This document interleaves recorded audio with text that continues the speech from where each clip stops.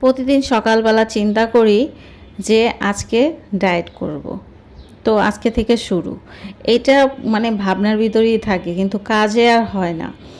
তো আমারও সেম অবস্থা। তো আমার মতো কারা কারা আছেন এরকম, যে কিনা আজকে বলেন ডায়েট করবেন, তো থাক আজকে না কালকে করব, এরকম করে করে আর করাই হয় না।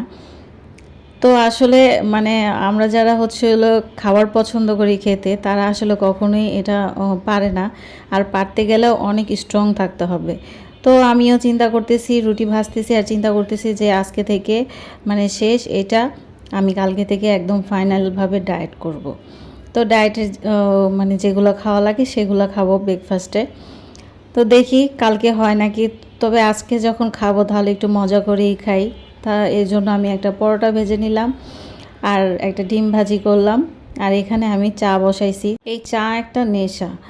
এটা সকালবেলা যদি না খাই তাহলে মনে হয় কি যে কী যেন একটা খাই নাই, কী যেন একটা খাই নাই।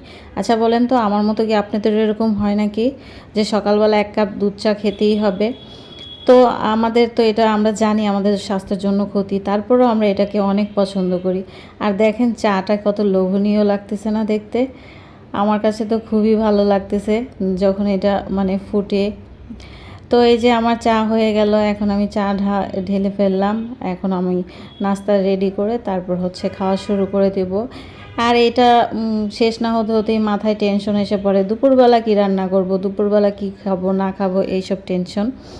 তো আসলে আমাদের যারা আমরা গৃহিণী, তো তাদের আমাদের সবসময় এইগুলো নিয়েই ব্যস্ত থাকতে হয়।